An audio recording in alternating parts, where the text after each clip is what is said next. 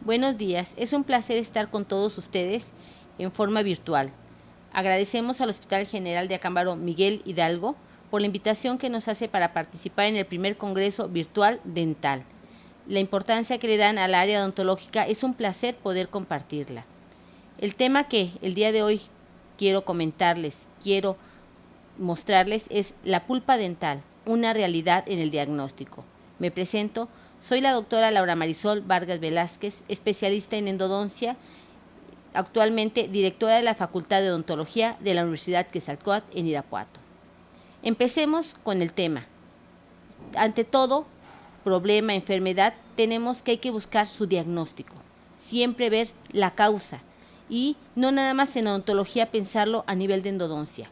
Nuestra práctica va enfocada a ese diagnóstico, pero desde el primer momento en que un órgano dentario empieza a tener una alteración, un problema en su aspecto interior, ¿sí? Para eso vamos a abocar a la salud bucodental.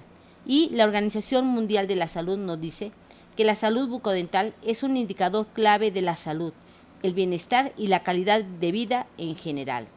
Así también, la Organización Mundial de la Salud la define como el estado exento de dolor bucodental o facial o crónico, cáncer de la cavidad bucal o de la garganta, alguna infección oral y anginas, periodontopatía, caries dental y pérdida de dientes.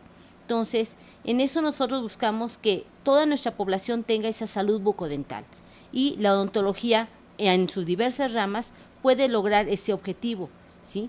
También pensemos que esa salud bucodental debe estar exenta de otras enfermedades y trastornos que puedan limitar la capacidad de una persona para morder, masticar, sonreír y hablar, así como su bienestar psicosocial. Todo eso engloba a todo el ser humano que podemos nosotros estar atendiendo. Pero también no nos olvidemos de las anomalías craneofaciales y maloclusiones, frecuencias medias dentro de nuestra población. También tenemos que el cáncer bucal, las alteraciones de los tejidos dentales, traumatismos y fluorosis dental, sobre todo en el Bajío. En el Bajío realmente la fluorosis dental es endémica, es un problema que en todas las comunidades está apareciendo o se presenta con una frecuencia variable, ¿sí? Entonces, consideremos que la salud bucodental es lo que la odontología está buscando en sus diversas ramas. Entonces, ya sea operatoria, prostodoncia, periodoncia, la área que estemos hablando, todas deben estar enfocadas hacia un diagnóstico principalmente. Y en este momento nos vamos a hablar de la odontología. Todos los de las áreas de la salud conocemos ese término, pero me gusta volver a repetirlo, que lo volvamos a tener nosotros considerado en nuestro entorno, en nuestro diario haber, como aquella ciencia dedicada a preservar la salud. Ya mencionamos que era la salud bucodental y no debemos considerarla únicamente como un arte.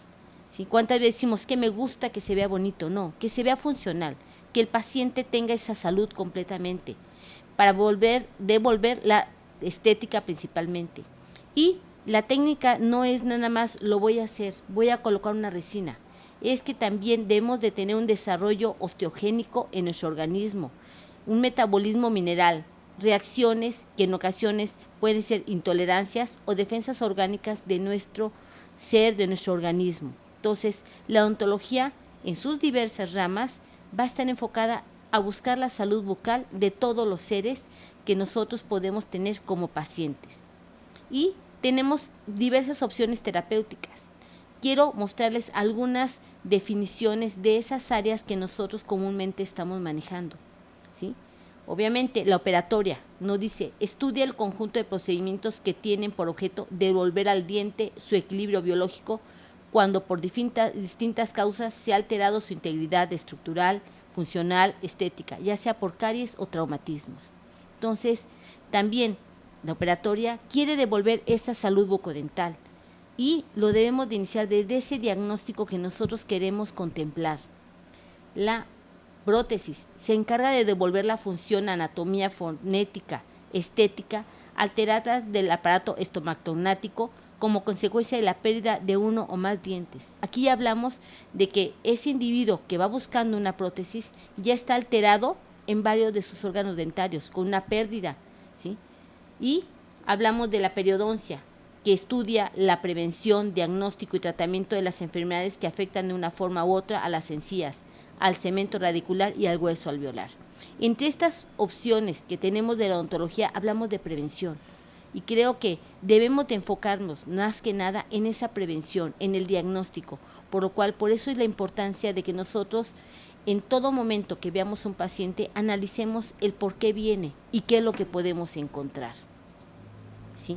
Otra de las áreas que tenemos, la ortodoncia, la cual estudia, previene y corrige las alteraciones del desarrollo, formas de las arcadas dentarias, posición de los maxilares, con el fin de restablecer el equilibrio morfológico, funcional de la boca y de la cara, mejorando la estética bucal. Entonces también no nada más es voy a organizar dientitos en una forma, voy a dar esa salud, voy a encaminar a que ese paciente, ese individuo, se sienta mejor, tanto estéticamente y funcionalmente. La cirugía. Aquí contemplamos tanto cirugía como exodoncia. Corrige aquellos problemas referentes a la salud bucodental del paciente como gingivitis, la extracción de algún órgano dentario, y es una especialidad médico-quirúrgica más antigua y conocida de la odontología. Entonces también hay que darle su valor, pero también ahorita hay que preservar en la mayor posibilidad esos órganos dentarios en función completamente. Y hablamos de la endodoncia, ¿sí?, que es la ciencia que comprende la etiología, prevención, diagnóstico y tratamiento de las alteraciones patológicas de la pulpa dentaria.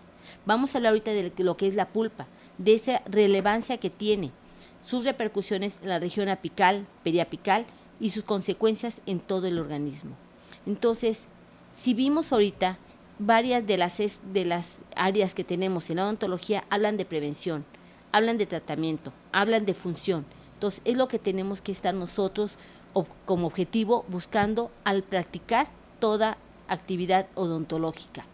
¿Y por qué pensar que vamos a hacer el diagnóstico hasta que llegue al área de endodoncia? No, la pulpa dental se ve alterada desde una caries incipiente, desde una caries en un surco oclusal, desde un traumatismo ligero, ¿sí? Y no esperemos a llegar a la endodoncia para que hablemos de la pulpa.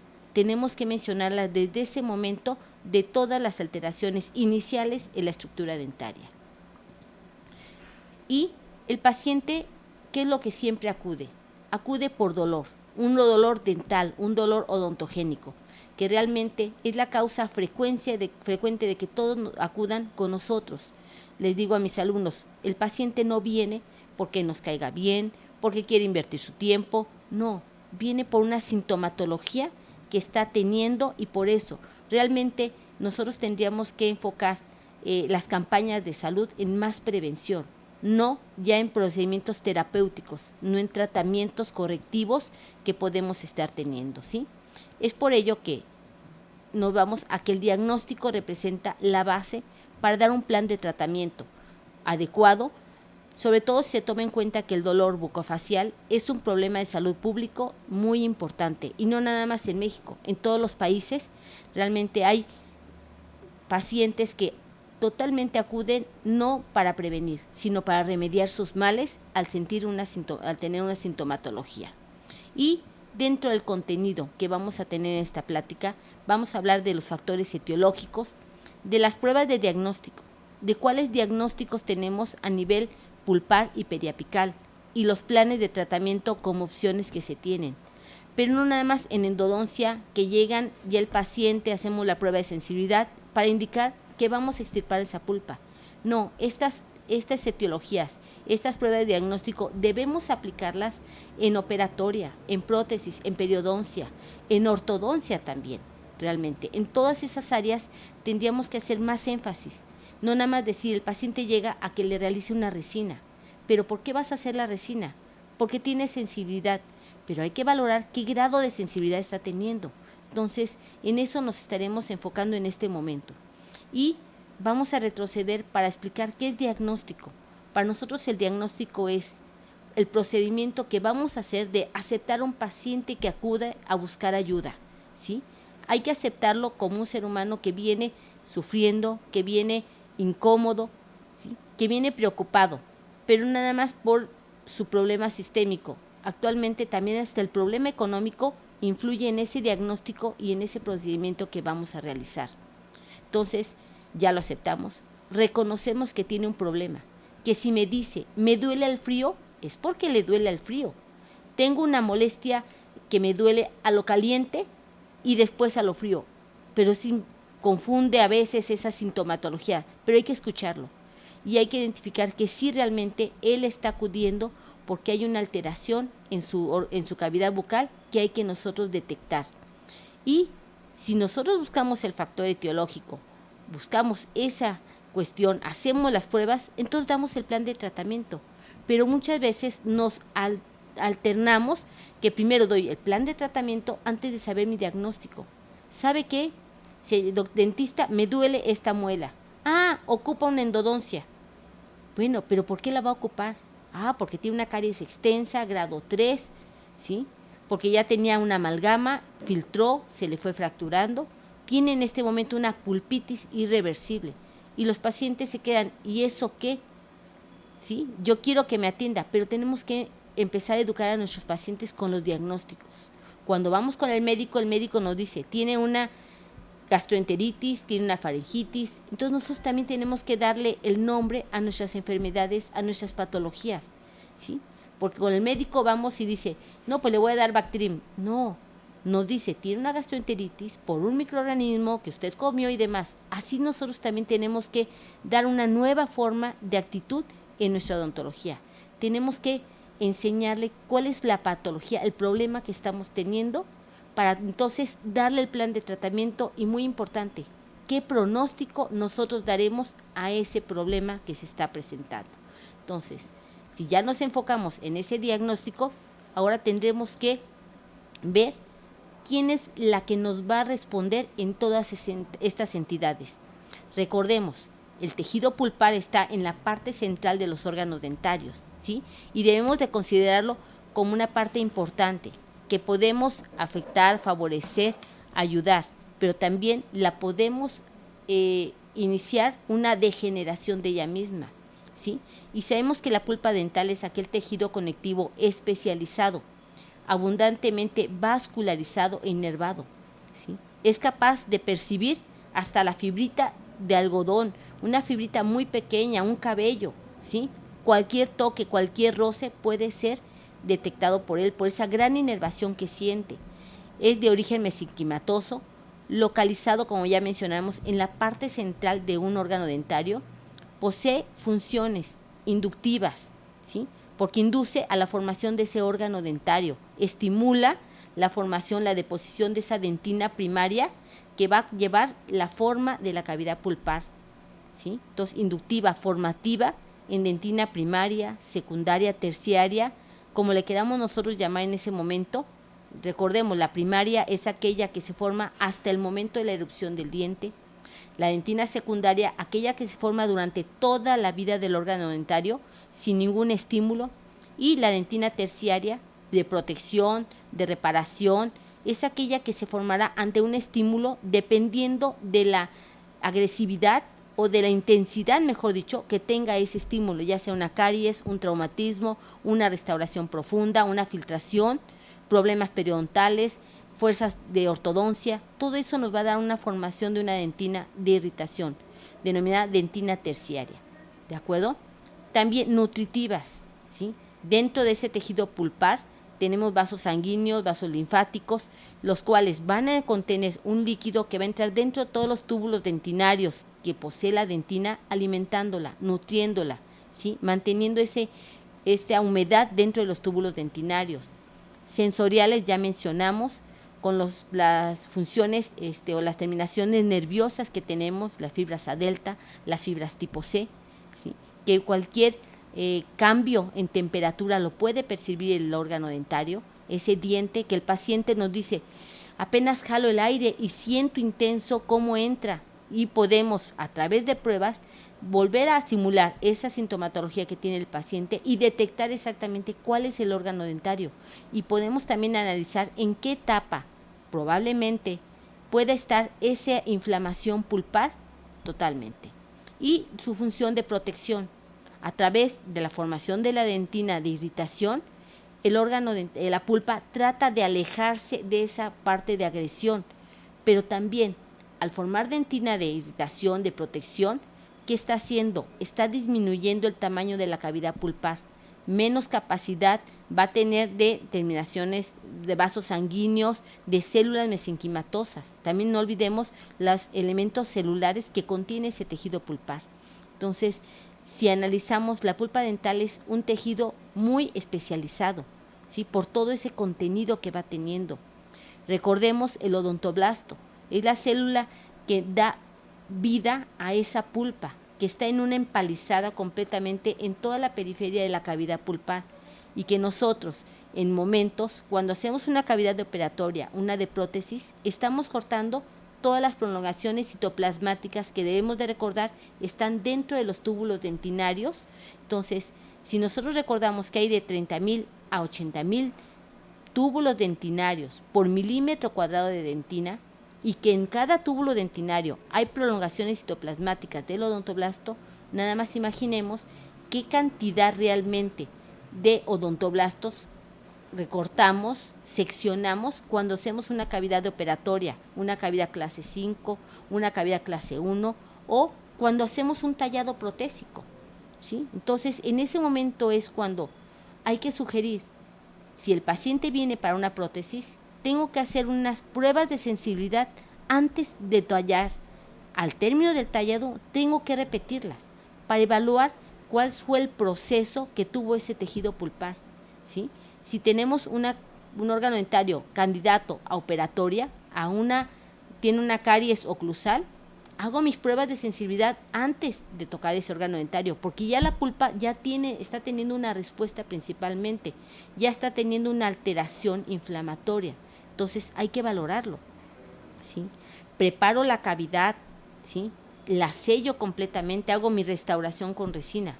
Posteriormente, también tengo que hacer esas pruebas de sensibilidad para ver en qué estadio, cómo quedó ese tejido pulpar, ¿sí? Si el paciente me daba una sintomatología que platicaremos más adelante, pues evaluar si va a desaparecer o está incrementándose ese proceso inflamatorio, ¿sí? Entonces, vamos a considerar a la pulpa nuestro aliado, que nos puede estar avisando cuando hay un proceso que se está alterando. ¿Y qué es lo que sucede dentro de ese tejido pulpar? Dentro de ese tejido conectivo que está encerrado en la cavidad pulpar. Pues va a haber unos mecanismos del proceso de inflamación, ¿sí? Y recordemos que la inflamación es una reacción compleja, vascular, linfática y tisular local. Está en un pequeño espacio dentro del órgano dentario, de un organismo superior a la acción de un irritante. Y si hablamos de irritantes, tenemos múltiples dentro de la cavidad bucal. Posteriormente, esa inflamación vamos a tener que va a haber una infección, inflamación, que son términos que no son intercambiables, ¿sí? Podemos tener un proceso inflamatorio, pero que no sea generado por un proceso infeccioso. Pero a la vez, al revés, no van a suceder. Siempre tendremos un proceso infeccioso combinado con ese inflamatorio, ¿de acuerdo? Entonces, sí, nosotros tenemos que analizar completamente estos aspectos de los mecanismos de inflamación. Una pulpa puede estar inicialmente inflamada, pero continuar completamente ese proceso inflamatorio siempre y cuando no quitemos el factor irritante, esa lesión cariosa, y también el proceso con que retiremos esa lesión cariosa, ¿sí? Todos los procedimientos que hagamos en la operatoria dental, ¿sí? Entonces, analicemos también la forma en que estemos trabajando en operatoria, en prótesis, ¿sí? En periodoncia también, ¿de acuerdo? Trauma oclusal. Entonces, a lo mejor no mencioné todas las áreas que tenemos de la odontología, pero sí las comunes que tenemos más en acción completamente, ¿sí? Entonces, un proceso inflamatorio pulpar va a mostrar diferentes cambios de tejido conectivo que en otras partes del organismo no se llegan a dar. ¿Cuál es la razón? De que la pulpa es un tejido único en el sentido de que está compuesto por tejido conectivo totalmente rodeado de tejido duro. No tiene hacia dónde expandir. Y esa limitante también le ocasiona que pueda haber una capacidad menor de la pulpa para poder reaccionar, ¿sí? Y no tiene circulación colateral, no hay por dónde entre la circulación sanguínea. Recordemos, nada más tenemos a la parte apical, al foramen apical, que es la única área de circulación sanguínea. Y entonces, si en ese momento aumenta la presión intratisular, pues vamos a tener más problemas de un círculo vicioso, muerte de elementos celulares. Vamos a tener que la formación de la dentina de irritación va a disminuir el tamaño de esa cavidad pulpar, ¿sí? Y el exudado inflamatorio va a abandonar los vasos sanguíneos debido a un incremento en la presión hidrostática y va a haber un incremento en esa presión intrapulpar, ¿sí? Que también se ha medido y se ha visto que en los indicios de la inflamación, en una hiperemia, en una pulpitis reversible y irreversible, puede irse incrementando en situación constante. Y recordemos que dado que el líquido no es comprimible, existe una escasa capacidad de la pulpa para tolerar el edema, la elevación de presión y puede llevarnos a un colapso local de la fracción venosa de la microcirculación. Entonces, todo esto, ¿a qué nos va a llevar? A que de una pulpitis, como vamos a ir usando ya los términos del diagnóstico pulpar, pueda dar secuencial la degeneración, degradación y daño irreversible de ese tejido pulpar. ¿Sí? Entonces, esto es la fisiopatología pulpar que nosotros podemos encontrar en todo órgano dentario. No nada más cuando queremos ya diagnosticar en endodoncia. No, desde ese momento que estamos teniendo la introducción del paciente a buscar consulta. Todo órgano dentario tenemos que hacer esas pruebas de sensibilidad pulpar.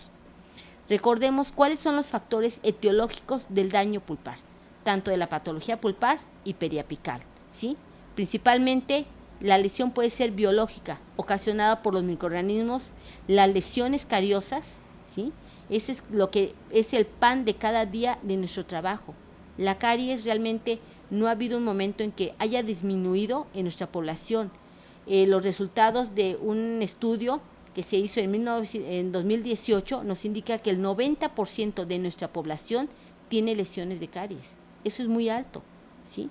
Y se hace mucho enfoque a campañas de diabetes, de hipertensión, de nutrición, pero la caries se ha dejado un poquito disminuida el enfoque, ¿sí? Hasta lo que se le da en las instituciones para poder apoyar esas campañas es mínimo completamente. Entonces, tenemos que ver la forma de que nosotros colaboremos en las campañas de prevención, no ya cuando lleguen a realizarse los procedimientos de tratamiento, ¿sí? Entonces, la biológica es de las más importantes, pero también tenemos los factores físicos, traumatismos dentales, que el paciente por cuestiones económicas, la mayoría de las veces no recibe una atención, que deja en el traumatismo hay fractura de estructuras dentarias que sirven de comunicación hacia el tejido pulpar, la exposición de los túbulos dentinarios.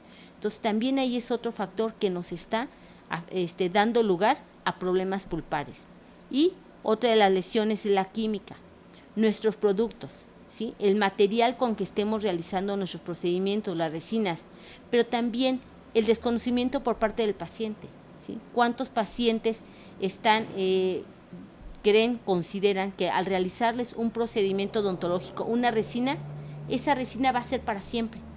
Pues realmente no, va a tener un periodo en el cual va también ya va a sufrir desgaste, fractura, ¿sí? Pero principalmente la higiene y el cuidado que le dé el paciente, ¿sí? Pero el paciente cree que colocamos la resina y va a ser para toda su vida.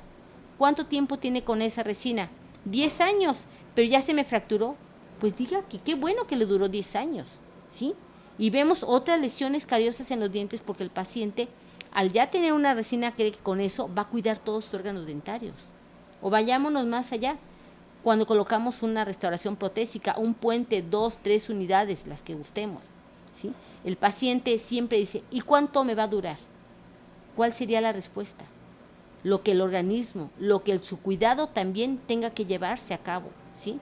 La oclusión que usted esté teniendo y ante el estrés que actualmente estamos teniendo, también eso juega un papel importante en la parte física de las lesiones físicas, el bruxismo, ¿sí? El estrés, el apretamiento.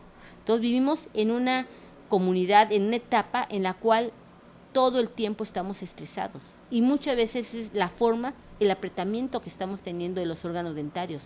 Y también consideremos que las resinas, que las restauraciones, ya sea una corona de metal porcelana, va a tener una resistencia a la compresión totalmente. Y si nosotros seguimos con esos estilos de vida, pues también vamos a ver afectado los resultados que tengamos de una restauración, ya sea en operatoria, prótesis, hasta en los implantes completamente. Entonces, enfocamos a que la etiología de la patología pulpar y periapical tiene factores que están viviendo dentro de esa cavidad bucal, ¿sí? Y vamos a platicar ahora de lo que sería el diagnóstico pulpar y periapical, ¿sí? El diagnóstico parte es lo que histológicamente está sucediendo dentro de esa cavidad pulpar, ¿sí? Hay cambios en los elementos celulares, en la circulación sanguínea, en la presión intrapulpar. Otros cambios vienen siendo las bacterias que están ingresando en los túbulos dentinarios y las endotoxinas que están fluyendo hacia el interior de la cavidad pulpar, que van también teniendo un factor en el proceso de inflamación e infección totalmente. También vamos a incluir los hallazgos que nosotros tengamos en las pruebas que realicemos y dentro de las complementarias los hallazgos en las radiografías, en las imágenes radiográficas que nosotros tengamos. Pero todo esto lo tenemos que juntar con lo que el paciente nos informe, con lo que el paciente nos indique qué es lo que está sintiendo, esa anamnesis que tenemos que realizar muy metódicamente, escuchar al paciente, pero también no nada más es escucharlo, es anotar las palabras que él nos está diciendo, porque nos van a servir mucho para ese diagnóstico. Si el paciente nos refiere, es que me dolió hace 3 semanas al frío, pero ahora tomo frío y ya no me duele. Ahora tomo caliente y me duele mucho. ¿Qué nos indica? Nos está dando información de que hubo un tipo de inflamación presente hace 3 semanas, el cual la pulpa fue degenerando, fue incrementando su daño a ya estar en otra condición totalmente diferente, ¿sí? Entonces, es lo que nosotros tendremos que realizar en todo paciente que esté buscando nuestro procedimiento, ¿sí? Entonces, no nos vamos a brincar el que si viene con nosotros con mucho dolor, ya no aguanta, no durmió 2, 3 noches, ya no pudo comer, no pudo trabajar, no nos vamos a brincar tener que realizar el expediente médico-dental, ¿sí? Y hablamos médico-dental, porque nosotros tenemos que ver a ese individuo que tiene presión alta, diabetes, que tiene alguna otra alteración que nos pueda afectar el resultado de nuestro tratamiento, ¿sí?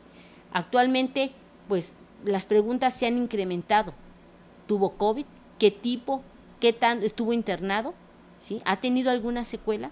Será de lo que también hallazgos que son importantes. Ya la hipertensión totalmente ya debe estar dentro de nuestro haber en el anamnesis que nosotros realicemos, ¿sí? Está controlado, qué medicamentos toma, ¿sí? ¿Cuándo fue la última vez que visitó a su médico? No, fue hace como 6 años. Y desde entonces, ¿toma el mismo medicamento antihipertensivo? Sí, sí lo tomo. Pues valdría la pena que le dieran una checadita, pero me siento bien. Sí, pero ¿cuántas veces decimos nos sentimos bien y estamos forzando a nuestro organismo? ¿Sí? En los pacientes diabéticos, ¿cuándo fue su último análisis de glucosa? Pues más o menos hará como unos 3 años. ¿Y cómo está ahorita? Bien, me lo hago cada 2, 3 meses y me dicen que está bien. ¿Cuál es el nivel que maneja? El bien. No, nosotros necesitamos saber, está en 110, 120, 140, ¿sí? No es que cuando yo me siento mal, lo sé. ¿Por qué? Porque me da sueño, me duele la cabeza, no son indicativos, ¿sí? Y nosotros necesitamos en ese expediente médico-dental anotar todos esos detalles que van a ser de validez para nuestro procedimiento, ¿sí? Que no se nos brinque ningún detalle hasta que ya esté bien completado, que tengamos el consentimiento informado, firmado realmente, poder atender al paciente, aun cuando esté desesperado porque le duele mucho ese órgano dentario. A lo mejor no lo considera el paciente, cree que estamos perdiendo tiempo o que estamos consumiendo. No nos brinquemos esos detalles de validez para nosotros. Nos vamos a evitar muchos dolores de cabeza, ¿sí? Posteriormente vamos a hacer esa exploración, pero exploración externa, ¿sí? Ver cómo el paciente llega caminando. Hallaremos detalles muy importantes. Hacer un examen extraoral. Vemos un abultamiento, un cambio de color, ¿sí? Y posteriormente ya nos vamos a meter a nuestro campo. Vamos a analizar esa boca, ¿sí? Pero también no nada más va a ser, voy a buscar el diente que le está doliendo, porque hasta el paciente abre la boca y dice, este es el que me duele, este.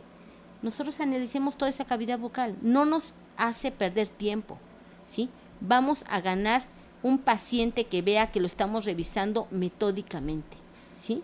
Entonces, este me duele, ok, vamos a confirmar que ese sea el que le duele. Vamos a explorarlo y vamos a utilizar todas nuestras pruebas para decir, este es el que le está molestando, darle el diagnóstico de su problema y entonces vamos a analizar el plan de tratamiento que vamos a tener como opción.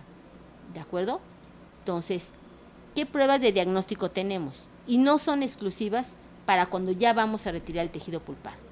Son incluyentes a todo procedimiento odontológico, ¿sí? Por mínimo que parezca. Entonces, las más importantes o las que mayor relevancia le tomamos son las térmicas, ¿sí?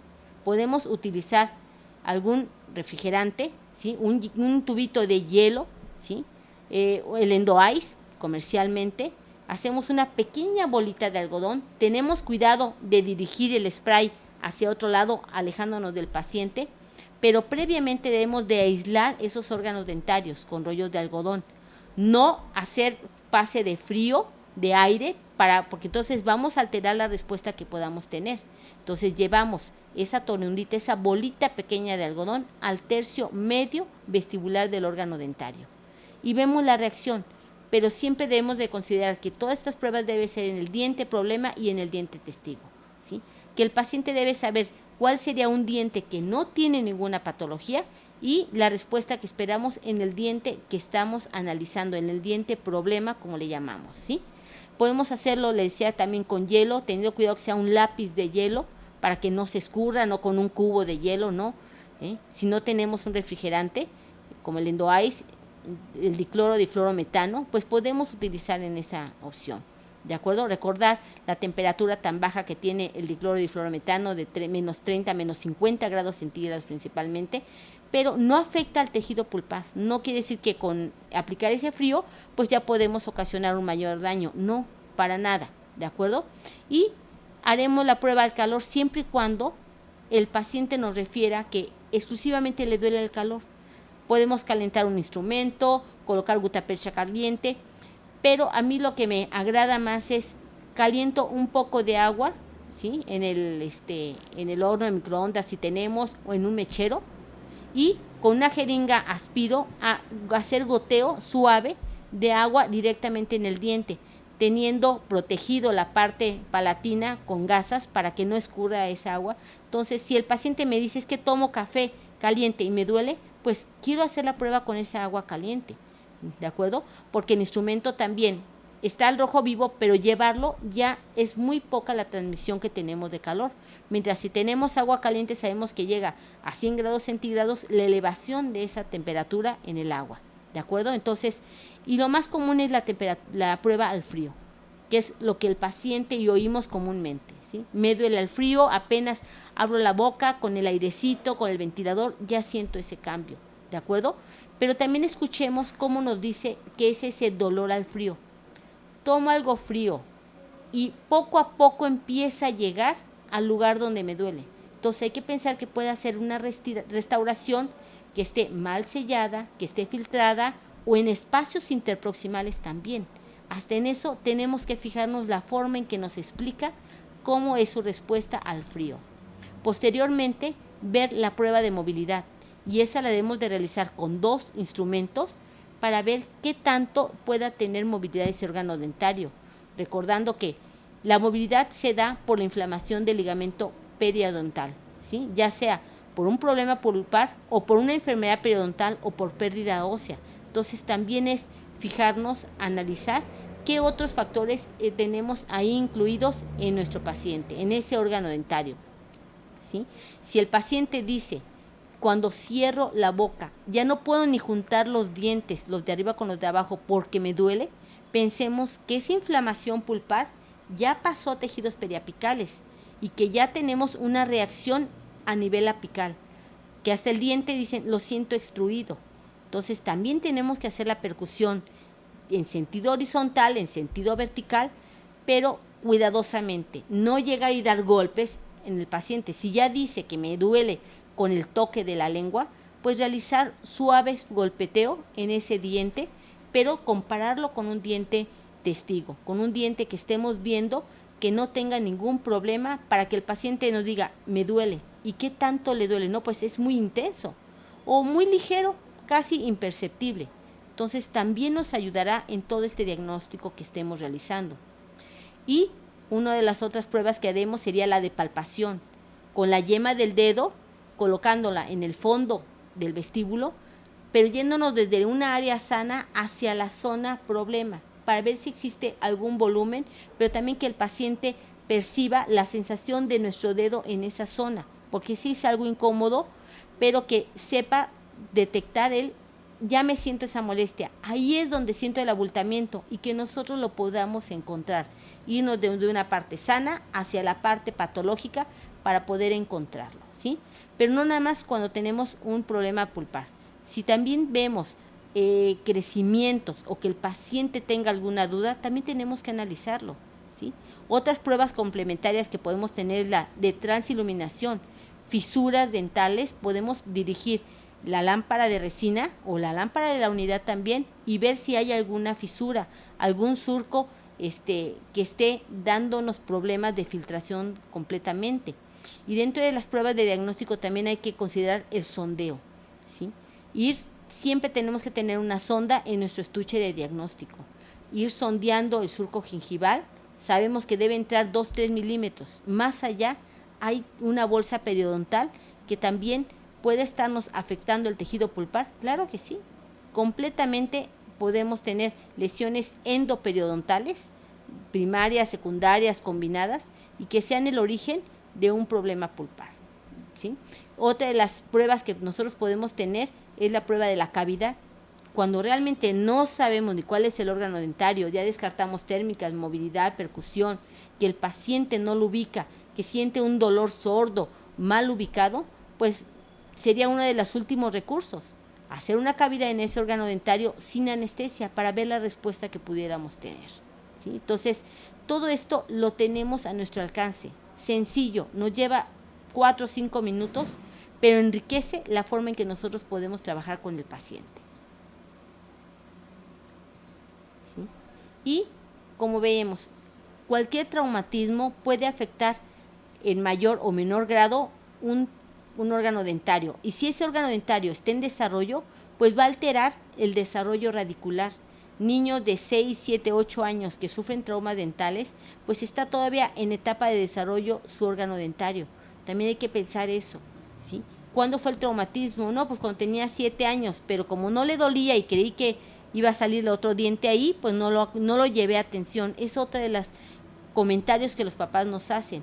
Es que creí que iba a erupcionar otro órgano dentario ahí. No, pues ya era su diente permanente, ¿sí? Y lo vemos y tiene un ápice inmaduro, no completó su desarrollo, la raíz está corta, las paredes delgadas de ese órgano dentario, ¿sí? Entonces, eso también son factores a contabilizar dentro de todo nuestro proceso. Y vemos también la caries en los pacientes de 6, 7 años, pues nos van a alterar el desarrollo radicular, la formación de una longitud radicular favorable completamente, ¿sí? Y los papás también nos mencionan, es que yo esperaba que ese diente se cayera. No, pues ¿cuándo? Ese diente sale atrás de la erupción de la dentición decidua, ¿sí? Y el paciente ya llega de 7 a 8 años con una necrosis pulpar, problemas de desarrollo radicular y más que nada el ápice abierto o un ápice inmaduro si todavía tenemos tejido pulpar, pero todo ocasionado por las bacterias que están dentro de la boca, pero por una higiene deficiente en todos estos pacientes, ¿de acuerdo? Entonces, vamos a tener que un daño pulpar puede extender su daño hacia la parte periapical, claro que sí, y veremos esas patologías que muchas veces el paciente está siendo afectado en varias etapas de su vida, ¿sí? Y recordemos que la interrupción de la circulación sanguínea puede conducir a la aparición de una hipoxia o de una anoxia, de una falta de oxigenación dentro de esos vasos sanguíneos, lo cual nos puede llevar a una necrosis, ya sea localizada en una sola área o en toda la cavidad pulpar. Y muchas veces encontramos que en la cavidad pulpar está la necrosis y en los conductos radiculares la pulpa está vital, que todavía ha tenido la capacidad de resistir, de defenderse en ese momento, ¿sí? Entonces, si continúa bajando esa presión hacia los tejidos periapicales, pues vamos a tener la formación de exudado en los tejidos periapicales, la formación de un absceso posiblemente y mayor sintomatología en los pacientes. Entonces sí están analizando que a lo mejor la caries sea pequeña, pero queremos que no continúe al grado de daño pulpar. Entonces todos los procedimientos que realicemos sean favorables a ese detalle de contener el proceso inflamatorio, ¿sí? Y cuáles son los diagnósticos que vamos a encontrar de la patología pulpar y que los podemos aplicar en la operatoria, en la prótesis, en la periodoncia, en toda área, ¿sí? Una pulpa clínicamente normal. Hablamos clínicamente porque estamos con nuestras pruebas, con nuestros análisis radiográficos, con todos ellos diciendo que está normal, que está sana, pero a lo mejor histológicamente tenga algunas zonas de procesos inflamatorios, eso no lo conocemos, por eso decimos clínicamente normal, porque no hubo respuesta alterada a las pruebas de sensibilidad, ni a la percusión, palpación, movilidad. Radiográficamente todo su contorno se ve normal, entonces ahí hablaríamos, está normal esa pulpa, hay que seguirla cuidando en esa situación. Pero hay una lesión cariosa y empieza a haber un proceso inflamatorio en ese órgano dentario. El paciente nos dice, me duele ligeramente a lo frío, pero nada más cuando lo tomo, ya después se me quita. Podemos incrementar nuestras preguntas. ¿Y el dolor ha sido nocturno, ha sido constante? ¿Han necesitado tomar algún analgésico? No, nada más es muy pequeño y se me quita inmediatamente. Podemos hablar de una pulpitis reversible, que sabemos que si nosotros controlamos el daño, hacemos un procedimiento aislando el órgano dentario, retirando adecuadamente la lesión cariosa, con fresas bien afiladas, piezas de mano en buen estado, hacemos una protección adecuada del tejido de la dentina, realizamos la colocación del material, checamos puntos de oclusión, esa pulpa reversible va a volver a una etapa normal, ¿sí? A lo mejor sufre una fibrosis en algunas zonas, pero puede regresar. Pero si nosotros o el paciente no continuamos dando una atención, si el paciente no acude, pues el daño, la inflamación va a continuar y vamos a transformarlo en una pulpitis irreversible.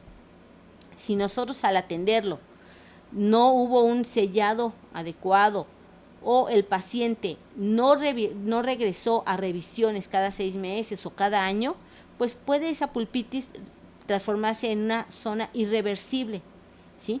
Que sería una pulpitis irreversible sintomática si el paciente llega con una sintomatología aguda, que ya le duele constantemente, que ya con nada se le quita, o que cuando percibe el estímulo da una mayor duración. También esas son las cuestiones que estamos manejando.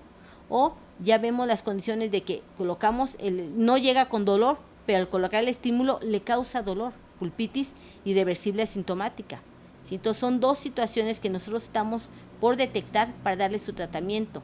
Esta clasificación la encontramos en el Journal de Endodoncia del 2009, en el cual hacen un análisis de las patologías pulpares y los diagnósticos que podemos encontrar. Entonces es base actualizada de tanta terminología que anteriormente se estaba manejando, pulpitis abscedosa, necrobiosis, o sea, realmente ya tenemos esta patología, estos términos actualizados y de ahí no hemos tenido otra modificación porque ya nos dan entidades clínicas, sintomatológicas, pero también que tienen una relación a los hallazgos radiográficos que pudiéramos tener, ¿sí? Entonces, esa pulpitis irreversible también tiene una variante, la pulpitis hiperplásica, que se considera que es un crecimiento en aquellos órganos dentarios con una cavidad pulpar amplia, con gran circulación sanguínea, en la cual hay una exposición pulpar y que la pulpa puede crecer hiperplásicamente, salirse por esa cavidad y cubrir completamente la cavidad cariosa. Sucede en pacientes jóvenes, en niños principalmente, y que en ocasiones ese crecimiento puede unirse a la encía y tomar un aspecto de coliflor, de pólipo, le llaman pólipo pulpar, que cuando lo retiremos es muy sangrante, está altamente vascularizado y es asintomático, debido a que no hay una presión intrapulpar que ocasione presión en las terminaciones nerviosas, ¿sí? Que la pulpa está teniendo esa circulación sanguínea abundante porque el diente está inmaduro, el ápice todavía no hay un desarrollo de la constricción apical, entonces permite esa circulación abundante en el órgano dentario, ¿sí? Entonces cuando retiramos esa pulpa es altamente vascularizada. Y aquí hay que analizar cómo está el desarrollo radicular, qué tanto puedo yo todavía realizar un procedimiento o necesito mantener esa pulpa todavía más tiempo funcional. Aquí es cuando también hay procedimientos por los cuales no nada siempre pensar voy a quitar la pulpa, también la puedo conservar funcionando, ¿sí? Pero cuando no dimos atención o el paciente principalmente no acudió oportunamente, va a llegar la pulpitis irreversible, la pulpitis hiperplástica a una situación de necrosis pulpar, que la podemos definir como el cese de toda actividad metabólica de ese tejido, ¿sí? En el cual ya los elementos sanguíneos, las células, todo, ya sufrieron un colapso en su interior, ¿sí? Que puede ser sintomático o asintomático, dependiendo del estadio en que el paciente acuda. A lo mejor el paciente dice, en la noche estaba muy bien, me acosté y de pronto empezó un dolor fuertísimo, muy intenso, que no se quitó con nada, ¿sí? Hasta eso, al principio tomaba algo líquido, frío, y se me calmaba un poquito. Ahorita ya no aguanto ni estar acostado, las posiciones, el caminar me ocasiona un dolor muy intenso. Estamos hablando ya de una necrosis pulpar. Podemos confirmarla, colocamos la térmica, la prueba al frío térmica, y no hay respuesta. Ya las terminaciones ya no dan esa transmisión de impulsos, ¿de acuerdo?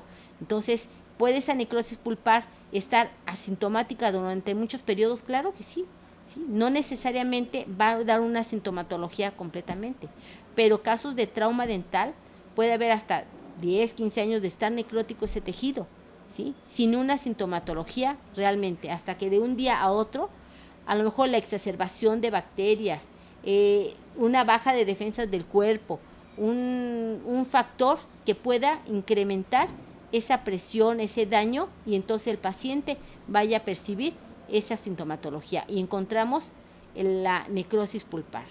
Pero también hay otras alteraciones que podemos encontrar que son dentro de la patología pulpar, la resorción interna, que son situaciones calladitas, que no nos dan ninguna manifestación hasta que ya su complicación es más severa. Las células del tejido pulpar se vuelven una actividad clástica y van destruyendo en la parte interna la dentina y pueden comunicar hasta el hueso alveolar, pero el paciente ni cuenta se da. A lo mejor nos menciona, tuve un traumatismo hace 20 años, ¿sí? Y el diente empezó a tomar una tonalidad amarillenta, está más amarillo que los demás dientes, o una tonalidad rosácea, ¿sí? Dependiendo del nivel de la resorción que podamos tener. Pero ya cuando llega con nosotros también son procedimientos, a veces podemos decir que hasta heroicos, ¿sí? Vemos en esta imagen radiográfica, en el órgano dentario 21, esa resorción interna. El paciente refiere que tuvo un traumatismo hará 20 años y observamos la resorción interna que llegó a verse extendida a abarcar completamente hasta el hueso alveolar. Ya cuando comunicó al surco gingival, tuvo un proceso infeccioso, formó un absceso y fue cuando el paciente se dio cuenta, pero para eso pasaron 20 años. Pero observemos el órgano dentario contralateral, que también sufrió el traumatismo. Ese no le sucedió nada, ¿sí? El paciente dice que los dos tuvo el traumatismo, que en los dos le colocaron una pequeña resina, pero la reacción de cada órgano dentario es impredecible y es individual, ¿de acuerdo? No van a estar teniendo el mismo problema. Entonces, también tenemos el problema de calcificaciones pulpares. Sabemos que toda restauración profunda va a estimular también la formación de calcificaciones y que una calcificación es una entidad patológica que nos impide la circulación sanguínea y que va haciéndose más grande cada vez, menor capacidad reactiva va a tener esa pulpa.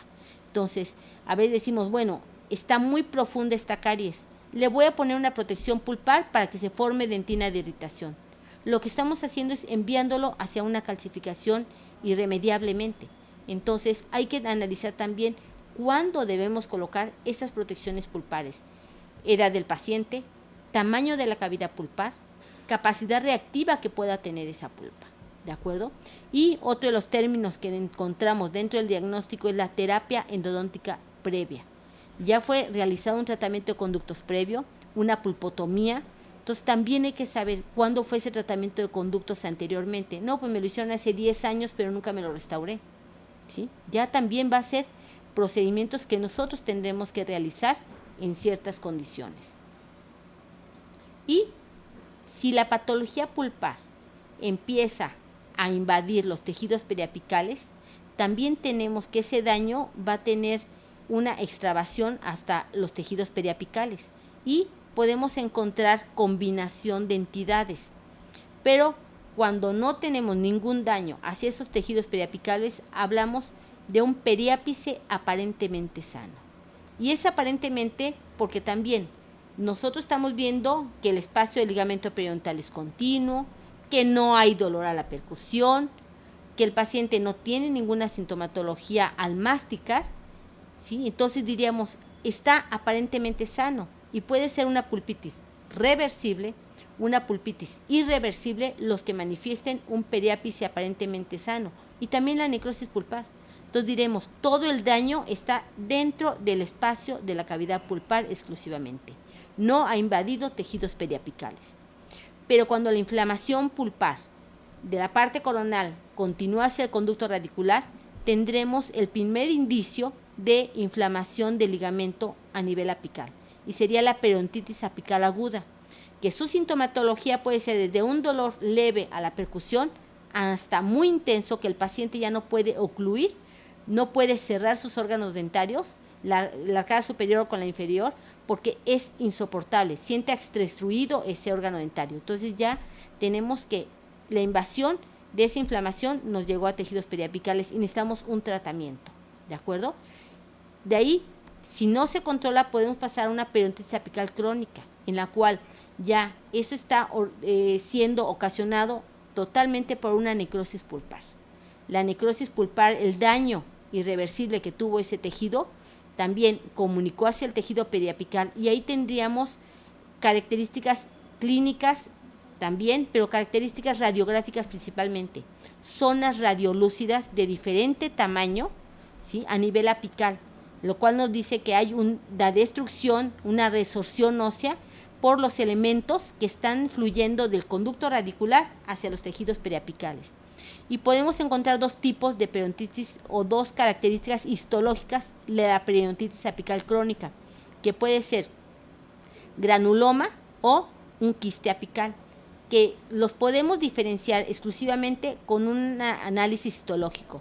Radiográficamente nos dicen, el granuloma es un área radiolúcida de diferente forma y que el quiste apical está bien redondito, pero recordemos, eso es radiográficamente. Si nosotros variamos la posición del rayo, la colocación del sensor, pues también podemos variar la forma que tenga esa cavidad patológica a nivel óseo. Entonces, hablaremos que es una periodontitis apical crónica, que las dos hay que controlarlas, que a lo mejor el quiste apical es de más difícil evolución a repararlo, pero también hay que hacer su intento antes de optar por una cirugía o un procedimiento más radical.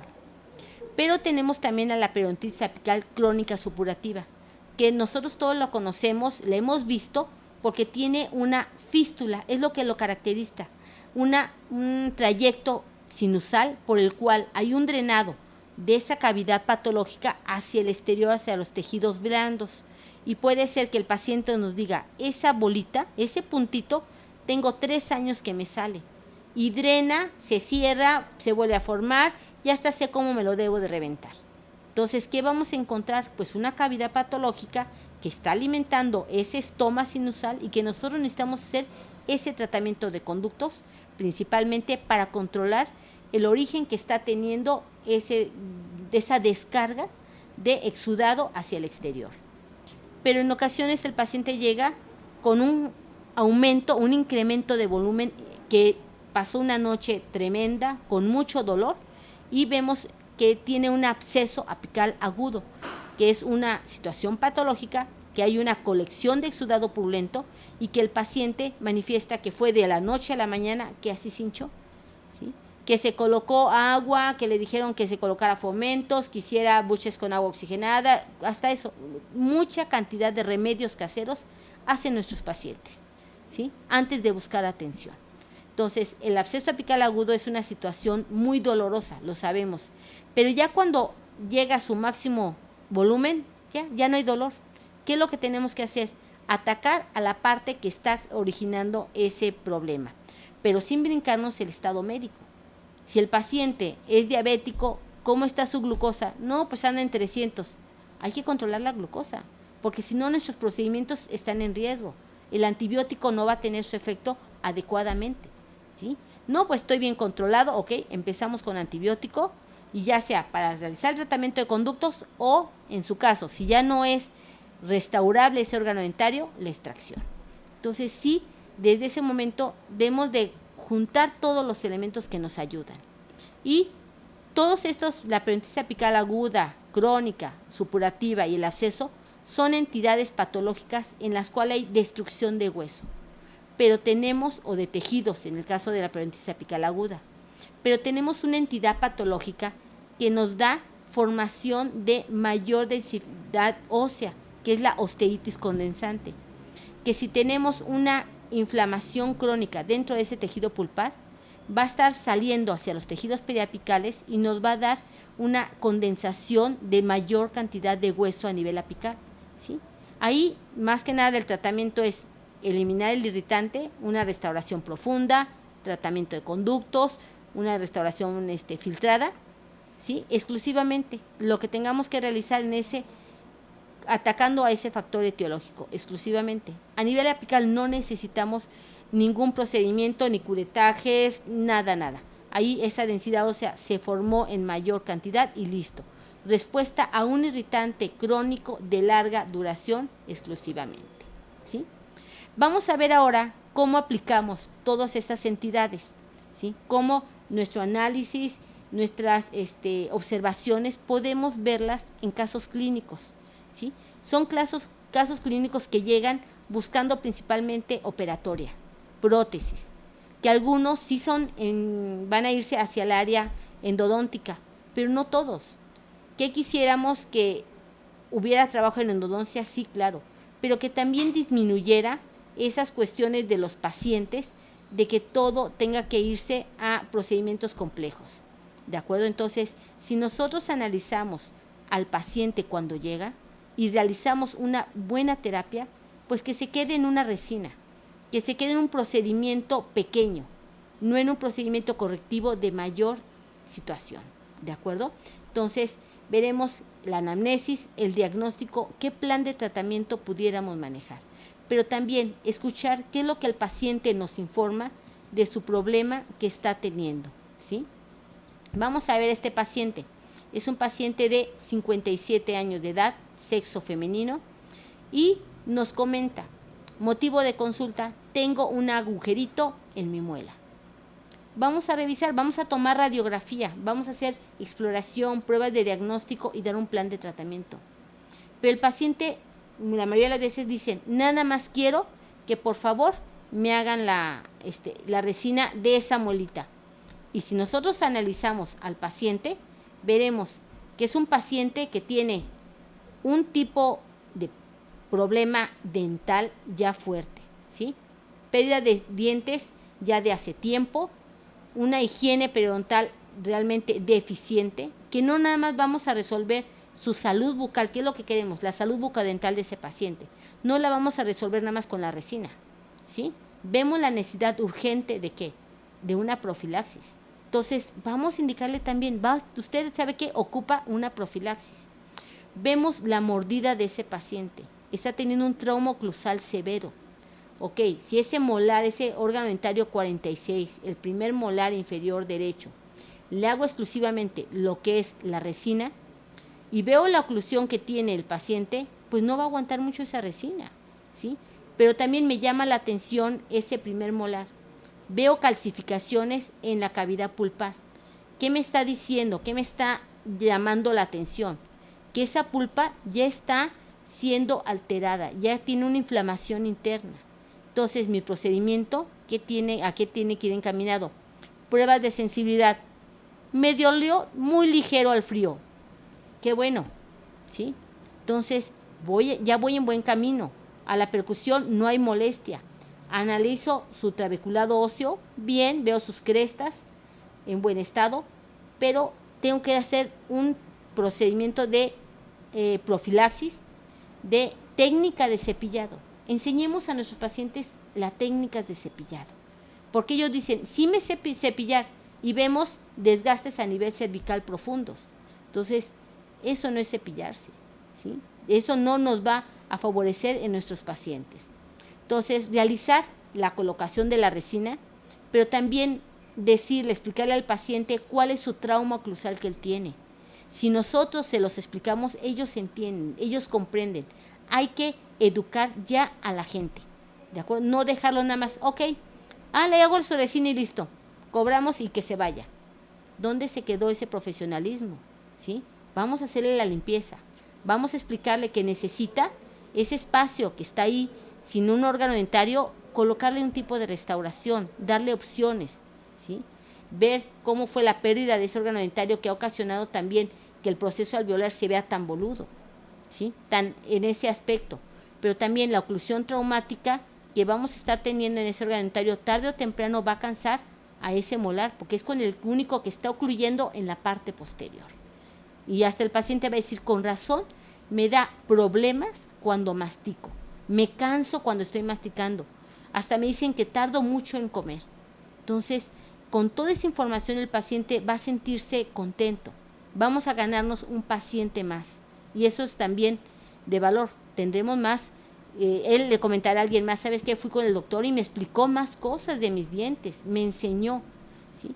Actualmente tenemos cámaras intraorales, pues si no hay cámaras intraorales, bien fácil, el celular y que esté viendo, mire, ya le tomé esta foto en su diente, vea cómo se ve el diente. No me imaginaba que estuviera así. Entonces, nosotros analicemos integralmente toda cavidad bucal. Yo hago exclusivamente endodoncia, pero me gusta informarle al paciente que necesita una profilaxis, que trae una coloración diferente, que esos tercer molares que no salieron, que no erupcionaron, traen una pericoronitis y que constantemente le están dando formación de abscesos en esa zona, ¿sí? Que a lo mejor no se ha dado cuenta de la pérdida ósea o del desgaste cervical que tiene sus dientes por falta de cepillado. ¿Sabe qué? A la próxima vez se trae su cepillo dental. ¿Cuánto me va a llevar explicarle cómo cepillarse? 2, 3 minutos. Momentos que a lo mejor para mí me sirven relajarme un poco. Claro que sí. Entonces también veamos esas pautas en nuestro trabajo odontológico. Vamos a ver el siguiente caso. Dice el paciente es sexo masculino de 37 años de edad. Él va porque tiene muy desgastados los dientes y quiere una de resina. Él nada más quiere una resina, ¿sí? Hacemos pruebas, no hay respuesta en los órganos dentarios 11 y 12, ¿sí? No hay respuesta, negativo. ¿Y qué es lo que vemos? Una lesión apical. Entonces le comentamos, ¿sabe qué? Ya esos dientes traen una necrosis, ya hay un daño pulpar, pero no me duelen. Es lo que siempre nos comentan. Ellos tienen un sinónimo de que si no hay dolor, todo está sano. Y sabemos que no. Sinónimo de ausencia de dolor no es salud. Entonces tenemos que explicarles, ¿sabe qué? Yo le puedo colocar la resina y en cuanto salga, se le va a caer. ¿Por qué? Porque su oclusión está siendo traumática. Se ha desgastado toda la cara palatina de los órganos dentarios. Al desgastarse esa cara palatina, también ha habido menor distancia de la superficie al interior de la cavidad pulpar. Las bacterias han viajado por ahí, han tenido un tobogán y han destruido ese tejido pulpar. Entonces, sí, piense en que va a tener que invertir en la atención de sus órganos dentarios, ¿sí? Aquí hay un problema traumático de canino a canino. Ah, con razón, ya hasta mi cara se ve encogida, me veo avejentado. Para 37 años, claro que sí, señor. No queríamos decirle tan francamente, pero sí, también afecta la fisonomía que tenemos nosotros. Entonces, ¿qué requiere? No nada más la resina. Y hay veces que sí agarran y le ponen resina en todos los órganos dentarios. Que le aguante un ratito más. ¿Cuánto va a ser para que se le fracture? Pero para que te nos dé sintomatología de esos órganos dentarios va a ser más rápido. Entonces, pacientes bruxistas, comentábamos hace rato, el estrés nos está generando ese desgaste en mayor intensidad. Y no nada más en los adultos, ¿sí? El encierro, el estar con clases virtuales, pues ha sido difícil para todos, a los papás, los alumnos, los maestros. Entonces, también ese estrés lo estamos a lo mejor enfocando a comer más, también los hábitos de alimenticios, o también en otras situaciones, como vemos, los desgastes a nivel dental. ¿De acuerdo? Entonces, el paciente venía por una resina, a lo mejor va a tener que invertir en endodoncias, postes, coronas, levantamiento de mordida, o a lo mejor dice, no me quiero hacer nada, pero ya le dimos la información. De nosotros no quedó que sí lo informamos completamente qué es lo que estaba necesitando en ese procedimiento. Y aquí en Irapuato, Guanajuato, Abasolo, todo lo que es el Bajío, posiblemente en lo de donde estén algunos de ustedes, la fluorosis, ¿sí? Un problema muy grande que llegamos a tener.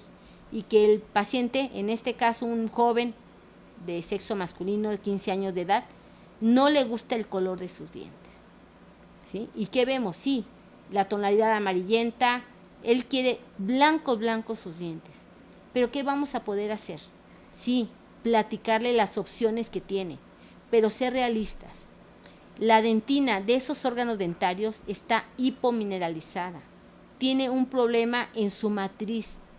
Un blanqueamiento, ok, va a ayudar a que momentáneamente se vean intensos, blancos, pastas dentales que salen en los comerciales, de que, híjole, inmediatamente se te pone blanco.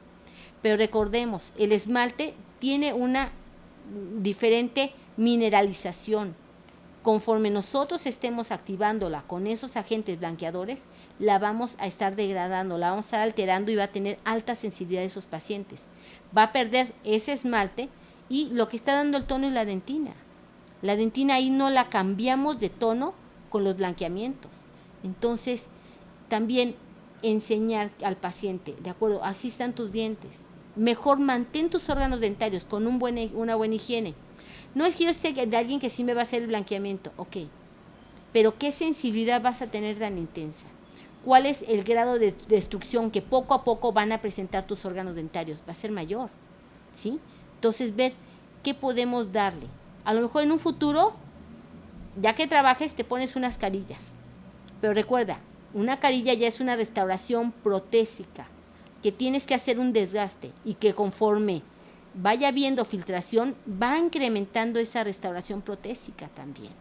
Entonces, convendría mejor ver que el paciente se acepte, podamos ver la realidad de que esa tonalidad amarilla, ¿de dónde viene? Del interior, de lo que se horneó cuando estaba en desarrollo ese órgano dentario, ¿sí? No que fue adquirido como las manchas de café, que podemos retirarla. Esto no, ¿sí? Entonces, ver opciones. Sí hay gran cantidad de materiales blanqueadores, pero ver la estructura dentaria. Y a veces cuando vemos muy blancos así los dientes, hasta la dentina y el esmalte son más frágiles, ¿sí?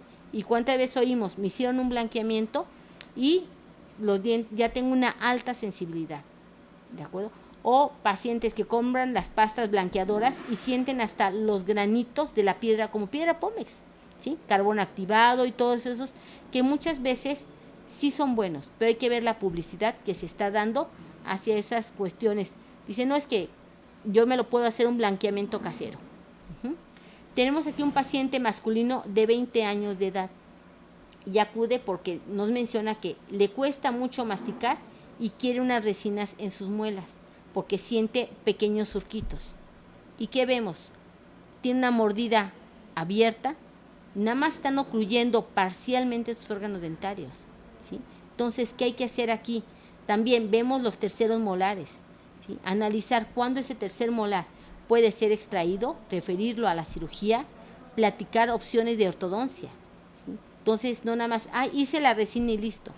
La resina, si estamos en oclusión traumática, no va a tener una duración, va a fracturarse, va a haber problemas de filtración. Entonces, mostrémosle al paciente interés porque le estamos dando más pautas que conozca de su cavidad bucal, ¿sí? ¿Sabes qué? Los dientes anteriores no están ocluyendo. Con razón, cuando muerdo, hasta ni un sándwich lo puedo cortar completamente. Es por eso, porque tus dientes no tienen un corte en esa zona por la forma de tu oclusión. Nada más estás mordiendo con la parte posterior, ¿sí? Entonces, y vemos estas cavidades pulpares, analícenlas. Tiene 20 años el paciente, está joven, ¿sí? Y vean ustedes el tamaño de la cavidad pulpar del órgano dentario 16. Está completamente retraída. ¿Qué está sucediendo? Esa oclusión traumática poco a poco ha ido cansando a ese tejido pulpar, está reaccionando. Y vemos el órgano dentario 46 contra el que está ocluyendo, ¿sí? Entonces, confirmamos, esa oclusión traumática va a venir cansando, no nada más dentalmente, sino en articulación, también tenemos que analizarla. ¿Cuántos pacientes llegan y dicen, es que abro y cierro y me duele, me truena, o hasta me quedo trabado? A mí me da preocupación aquel paciente que llega, que necesita un tratamiento de conductos, una endodoncia, y que me dice, ya me he trabado varias veces. ¿Qué tengo que hacer? Número 1, tratar de que esté relajado el paciente, que los periodos de cita sean pequeños, no abrir mucho la boca para que no se me vaya a quedar contracturado, ¿sí? Entonces, situaciones de maloclusión es lo que nos lleva en ocasiones a esos problemas articulares totalmente. Entonces, aquí exploramos, vimos que el paciente no nada más era de las resinas, era también terceros molares, era también ortodoncia, ¿sí? Mandarlo, referirlo, no quedarnos apropiado a que, pues sabe qué, yo le voy a hacer a lo mejor colocarles resinas en los dientes anteriores para que sí ocluyan. No, ¿sí? Explicarle cuál sería el plan de tratamiento más adecuado. Ya dependerá de él, quiero acudir, quiero hacérmelo o así me quedo, ¿de acuerdo? Y volvemos a la misma, la economía muchas veces manda lo que nosotros quisiéramos tener, ¿sí? Aquí tenemos un paciente femenino de 57 años de edad, ¿sí? Y observamos que realmente tiene una gran cantidad de restauraciones, ¿sí? Ha estado en contacto con el dentista, ha tenido pérdida de órganos dentarios, pero también dice, solamente quiero una resina en una muela, no quiero que me haga ninguna otra cosa. Y vemos el órgano dentario, ¿sí? Vemos el tamaño de la amalgama que ya tiene, la retracción de la cavidad pulpar. ¿Será para nada más una resina? Aquí hay que hacer pruebas. Responde al frío, a lo mejor también la calcificación pulpar, hay que recordar, la calcificación pulpar puede ser que nos dé un falso negativo. No responde, pero que sí la pulpa esté vital. ¿Sí? Entonces, ver, hay todavía caries en esa cavidad, se quedará con una resina nada más, pero también es el último órgano dentario en esa arcada, ¿sí? ¿Qué va a suceder? ¿Sí? Va a recibir más cargas, más fuerzas, ¿sí? Es el lado que más que nada que ocluye el paciente también. Entonces, tener una panorámica, una tomografía son elementos que enriquecen nuestro diagnóstico, ¿sí? Entonces, si no tenemos para tomar radiografías, pues mando y que me le tomen la panorámica. Recordando, hay detalles que vemos más claro con las radiografías periapicales, pero mínimo conocer en general al paciente, ¿sí? Entonces, este paciente se le explica, sabe que no nada más es de que le volvamos a poner ahí una resina, requiere una profilaxis, ¿sí? La oclusión sobre esa resina, si nada más es la última pieza que tiene, tarde o temprano se nos puede llegar a fracturar. Entonces, también veamos un paciente de 57 años de edad, ya esa cavidad bucal ya está realmente en condiciones que necesita cuidados, necesita atención. Y llama la atención en la panorámica, ese tercer molar en la posición, pues ya, ese ya no salió, pero hay que analizar que no nos esté dando problemas de caries, de acumulación de alimento en esa área, el órgano dentario 28. Y tenemos aquí un paciente femenino de 34 años de edad, ¿sí? Llegó porque decía su motivo de consulta es: me duelen los dientes de abajo, los de enfrente, ¿sí? Me duelen mucho cuando ocluyo, cuando muerdo, ¿sí? Hicieron pruebas de sensibilidad, muy sensibles, y realizaron tratamiento de conductos. Pero el diente de superior también le hicieron tratamiento de conductos, cuando lo más importante era ver la oclusión de este paciente, ¿sí? La oclusión que tiene, ¿sí? Aquí a lo mejor esos dientes no requerían el tratamiento de conductos en ese momento, más que un guardo oclusal, posiblemente, ¿sí? Analizar integralmente al paciente, ¿sí? Pero él buscaba algún tratamiento, confía en nosotros, entonces hay que darle esa información adecuadamente. Vemos sus cavidades, no tiene un índice de caries que nos preocupe, pero refiere que lo único que le hicieron fue las endodoncias y 8 resinas.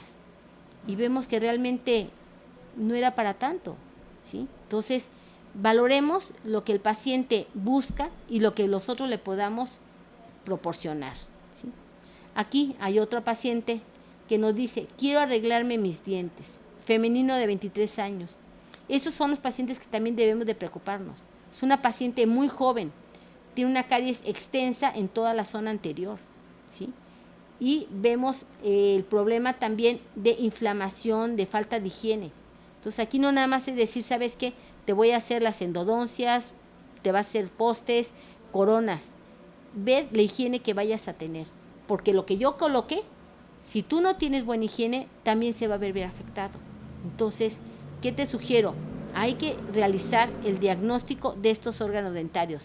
Responden al frío, responden a las pruebas de sensibilidad a la percusión, para ver qué pronóstico podemos tener en los tratamientos. Es muy importante, ¿sí? En la parte inferior, en la arcada inferior, vemos los molares con unas extensas caries.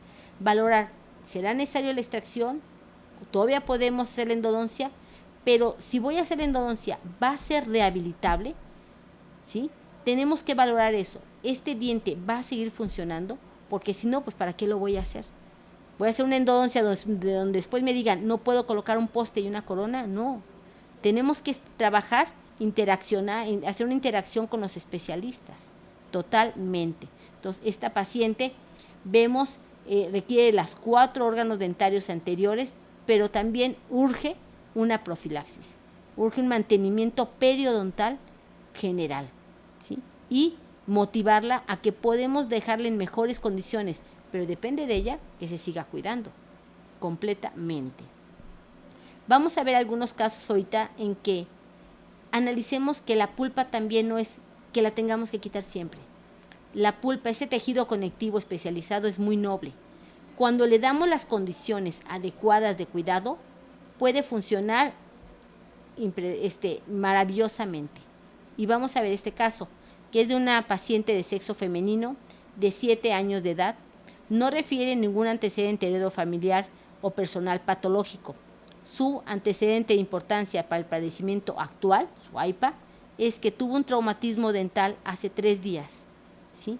Y el motivo de consulta expresado por su mamá es: mi hija se cayó en la escuela y se le rompió un diente. Andando en la escuela en el recreo, la niña cae y se le fractura el diente, y a los 3 días acude con nosotros. Hacemos una exploración clínica, vemos, clínicamente observamos esa comunicación pulpar. Ya tiene 3 días expuesto el tejido pulpar al medio bucal, pero lo que más nos preocupa es que es una niña de 7 años, en el que el diente erupcionó a los 6 años. Recordemos, tarda 3 años en una maduración radicular y todavía no está. Entonces, ¿qué tenemos que hacer? Conservar la pulpa. La mayor cantidad de pulpa tenemos que conservarla ahí. Vemos radiográficamente, el diente tiene una relación todavía con un radicular que no ha crecido mucho su raíz, que el foramen está amplio totalmente, las paredes radiculares están delgadas. Hablamos aquí de que es un ápice inmaduro. Tenemos tejido pulpar vital en su interior y está en etapa de desarrollo ese órgano dentario. Entonces, ¿qué realizamos? Una pulpotomía tipo Seebeck, en la cual retiramos ligeramente nada más una capa de tejido pulpar coronal, en donde nosotros pensamos eso estuvo contaminado nada más, y dejamos el resto de pulpa. Las pruebas era, colocamos al frío y le molestaba a la niña. Lo quitábamos y tardaba unos 2-3 minutos, bueno, eran 2-3 segundos en retirarse ese estímulo. Entonces, vamos a realizar la pulpotomía tipo CEBEC y cubrimos con un material Biodentin. Son de los materiales que realmente han salido al mercado para favorecer a la pulpa, ¿sí? Es un material bioactivo, el cual permite a la pulpa mantener una actividad de formación de vasos sanguíneos, elementos celulares, la ayuda totalmente. Podemos utilizarla en operatoria, la podemos utilizar en prótesis, ¿sí? Como una cobertura a nivel de esas cavidades que nosotros estemos realizando. Entonces, Biodentin realmente nos ha favorecido a mantener mayor cantidad de veces ese tejido pulpar. Protegimos con el Biodentin, restauramos y vemos la imagen a los 22 días. ¿Sí? Inmediatamente a la niña la vimos al día siguiente, ya no tenía molestia al frío, para nada, nada, completamente asintomática. Y a los 22 días vemos indicios de una calcificación pulpar debajo de ese material de Biodentin. Continuamos viendo al paciente, a los 30 días continúa mayor grosor ese puente dentinario y empezamos a ver cambios a nivel apical. Al año observemos, la raíz completó su desarrollo, casi su desarrollo radicular, se formó una nueva cavidad pulpar abajo del material y el diente está funcional. Aquí no podemos hacer pruebas de sensibilidad porque las terminaciones nerviosas no alcanzan a librar para que nosotros podamos observar una respuesta, pero sí lo vemos radiográficamente, ¿sí? Que ese diente está funcional. Curiosamente, la niña a los 8 días que la vimos nos dice, ¿me pudieran componer mi diente a que se vea normal? Le digo, sí, te vamos a colocar una resina después. Es que traigo el pedacito de diente. O sea, logró recuperar su fragmento, lo colocamos con adhesión por medio de resina, se colocó y quedó sellado completamente. Estéticamente todavía la niña está con su diente natural, mantiene buena higiene y el diente está funcional. Pero aquí nuestra pregunta es la que siempre realizamos. ¿Esa pulpa seguirá su calcificación o se detendrá? No sabemos. Decimos, entro, ¿puedo alterar ese desarrollo que se está dando, la estabilidad que ya tiene el diente o la dejo seguir? Lo dejo a cada quien tendrá una opinión muy diferente de qué pudiera yo realizar. Pero lo que sí queremos mostrar es que la pulpa, si la cubrimos adecuadamente con materiales bioactivos, les digo un ejemplo es el Biodentin, también tenemos al MTA. El MTA también es totalmente maravilloso, pero su diferencia entre Biodentin y MTA es el endurecimiento. El Biodentin endurece más rápidamente, ¿sí? Alrededor de 2-3 minutos, máximo 12 minutos ya está endurecido, mientras que el MTA sí tiene un periodo de endurecimiento más largo y la pigmentación que nos puede generar. Pero tienen mucha acción que podemos utilizar esos materiales en otras áreas, no exclusivamente en endodoncia. Vamos a ver el siguiente caso clínico, el cual es un paciente masculino de 9 años de edad que no refiere ningún antecedente heredofamiliar ni personal patológico. Y el motivo de su consulta expresado por su mamá es, me mandaron para atenderle la molita. Vemos que a sus 9 años de edad, el primer molar inferior derecho no completa su desarrollo radicular. Y para nosotros es importante ese desarrollo radicular, tanto en longitud, engrosamiento de las paredes, como la formación de la construcción apical. Y lo mencionamos, si mantenemos pulpa, podemos mejorarla cubriendo con los materiales bioactivos. En este caso, realizamos la pulpotomía tipo CEBEC, cortamos nada más, ligeramente retiramos tantito tejido pulpar, vemos la pulpa que está vital, el sangrado inmediatamente se controló y lo cubrimos con Biodentin, posteriormente se le colocó una corona y vemos el control a los 6 meses, cómo continúa la formación radicular, ¿sí? Entonces, seguimos en control de estos casos, sabemos que es difícil que un paciente regrese para ver qué sucedió. El paciente, no nada más en México, yo creo que en muchos países es deambulante, ¿sí? Ya voy a un lado, ya voy en otro, pero sí nos gustaría saber qué es lo que sucede con muchos procedimientos. Pero si logramos que a los 6 meses estuviera funcional ese órgano dentario en mejores condiciones, conteniendo tejido pulpar, podemos promover el uso de estos materiales principalmente. Tenemos otro paciente de 7 años de edad, sexo masculino, antecedente heredofamiliar, asma de la hermana, diabetes mellitus tipo 2, el abuelo materno, y no refiere ningún antecedente personal patológico. Él también llega con motivo de consulta de que tiene una caries en un órgano dentario y vemos la acumulación de alimento, la falta de higiene.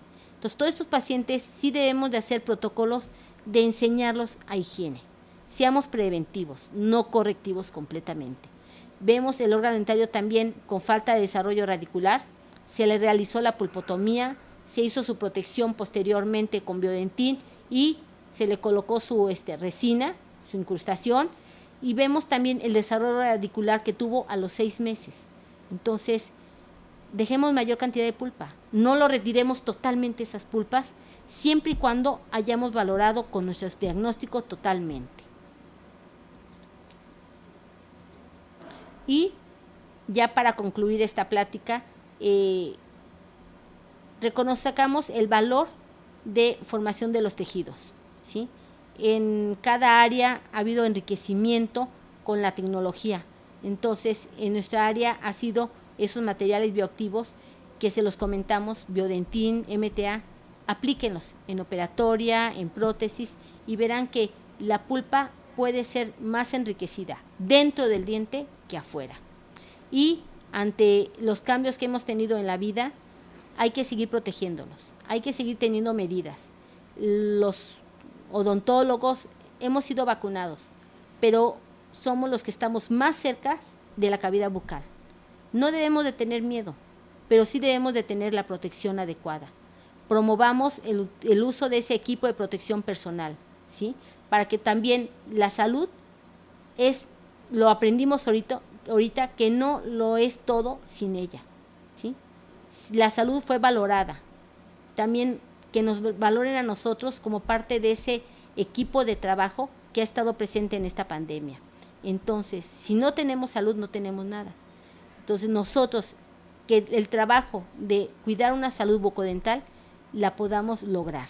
Entonces, en tu práctica odontológica, utiliza tu equipo de protección personal, ¿sí? No es que inviertes más que nada en tu cuidado, en tu familia y en tu paciente. Entonces, mantén esa protección constantemente. Agradezco de antemano la atención durante este periodo, este tiempo que hemos tenido de plática. Para cualquier duda, cualquier comentario, dejo mi correo nuevamente y te invito a que nos visites. Dentro de la Facultad de Odontología tenemos la revista de investigación clínica odontológica. Si te gusta publicar, si te gusta la investigación, acude con nosotros. Dejo el link para que por favor puedas acompañarnos dentro de esa revista. Es cuatrimestral y será un gusto poder estar en contacto. Muchas gracias. Agradezco al Hospital General de Acámbaro la invitación y estamos para servirle. Hasta pronto. Gracias.